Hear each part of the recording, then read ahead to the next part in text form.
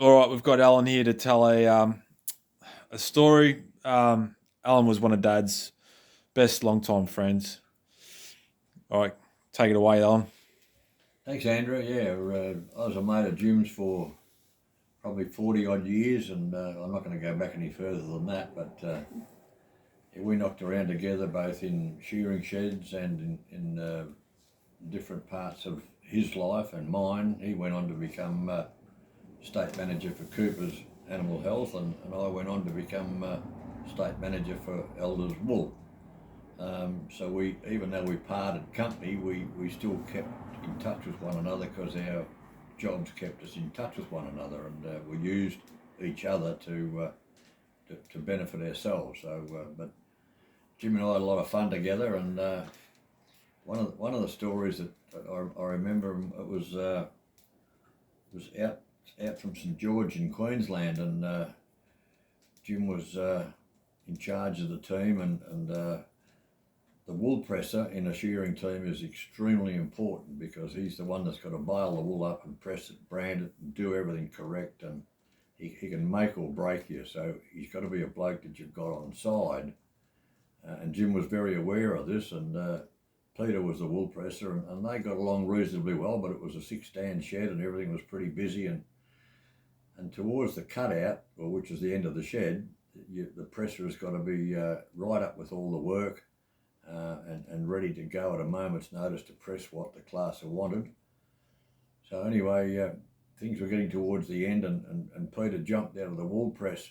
But strangely enough, that day he'd come to work with a black and white bloody striped jumper on, and that made Jim's day to think he'd got someone that knew Collingwood. And anyway, Peter jumped out of the bloody wool press and landed on the floor and grabbed his knee, and he went down screaming. And Jim was really worried about him, and he went round and he said, "What's the matter, Peter? What happened? What happened?" He said, "It's all right, mate." He said, "It's just an old football injury." And Jim's looking at this Collingwood jumper and Peter, and he said, "What, you used to play a bit, did you?" And Peter got up off the floor. He said, "No, mate." He said, "I got drunk and fell out of the stand." So that finished Jim and the Collingwood. Yeah, we hung plenty of rubbish on him about that. But the other one that comes to light was Jim was a pretty handy cricketer, and we told everybody that he'd played district or sub-district cricket and opened the bowling for Collingwood. And we went up to shed in New South Wales between Dandaloo and Albert, and that was a funny setup there. There were just two little villages, and Dandaloo had the pub, but Albert didn't, and they were about 20 mile apart. So in the finish, the population of Dandaloo started to dwindle a little bit, but the population of Albert grew a little bit, and so the publican at Dandaloo, and the pub there was just like a bungalow type operation. He decided he's going to shift the pub from Dandaloo to Albert. So they picked it all up and took it over to Albert, much to the disgust of the people from Dandaloo and to the delight of the people from Albert. And so on the strength of that, there became an annual grudge match, cricket match.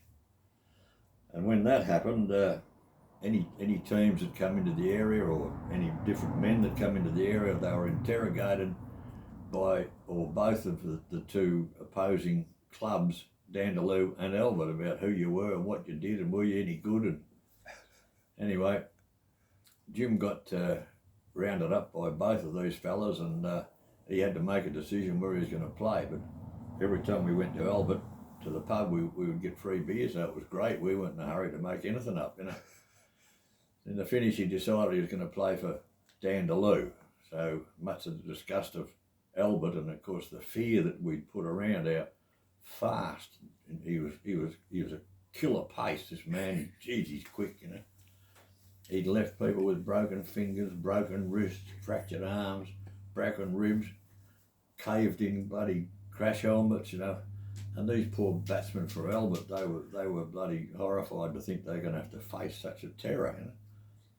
Now the day arrived for the game, and Dandaloo had batted and made a few runs, probably not enough, but anyway, Albert got sent in to bat, and the batsmen were trembling. They were terrified of this man way up the other end of the paddock there with the ball in his hand. You could hardly see him for the scrub, and he's growling at him and roaring and stomping up and down, and this bloke could hardly hang on to the bat. He was terrified. Yeah?